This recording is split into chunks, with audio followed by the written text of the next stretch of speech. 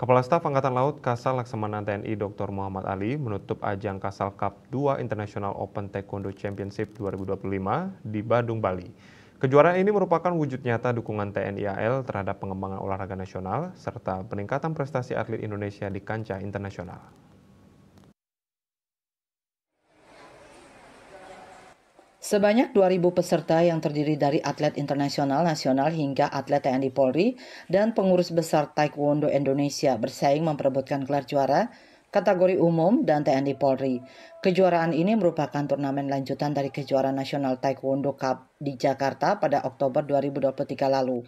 Sebagai salah satu rangkaian kegiatan dalam latihan berskala internasional TNI Angkatan Laut, yaitu VIP Multilateral Naval Exercise Komodo 2025, kehadiran 6 negara sahabat Korea, Malaysia, Singapura, Filipina, Uzbekistan, dan Timur Leste telah memberikan warna tersendiri dan menjadi wahana pembelajaran dan pengembangan diri menuju level yang lebih tinggi. Kasal menyampaikan kejuaraan tahun ini bukan sekedar kompetisi biasa, namun merupakan wujud nyata dukungan TNI Angkatan Laut terhadap pengembangan olahraga nasional serta peningkatan prestasi atlet Indonesia di kancah internasional. Kasal mengucapkan terima kasih kepada negara-negara yang telah berpartisipasi dalam kejuaraan Taekwondo dan memberikan semangat kepada generasi muda untuk mencintai olahraga khususnya bela diri. Itu saja untuk menyaring atlet-atlet dari dalam negeri, kemudian supaya nantinya bisa dilaksanakan pada kejuaraan-kejuaraan yang tingkatnya lebih tinggi seperti di tingkat internasional, kemungkinan bahkan sampai ke Olimpiade ya.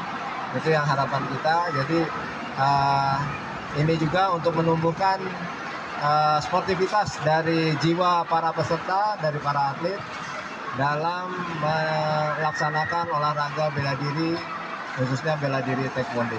Selain sebagai ajang pencarian bakat atlet di masa depan, kejuaraan Taekwondo internasional ini diharapkan dapat menarik animo peserta karena perhelatannya digelar di Pulau Bali yang merupakan destinasi wisata sehingga mampu meningkatkan daya tarik sektor pariwisata Bali di mata dunia. Rai Swantara, Bali TV.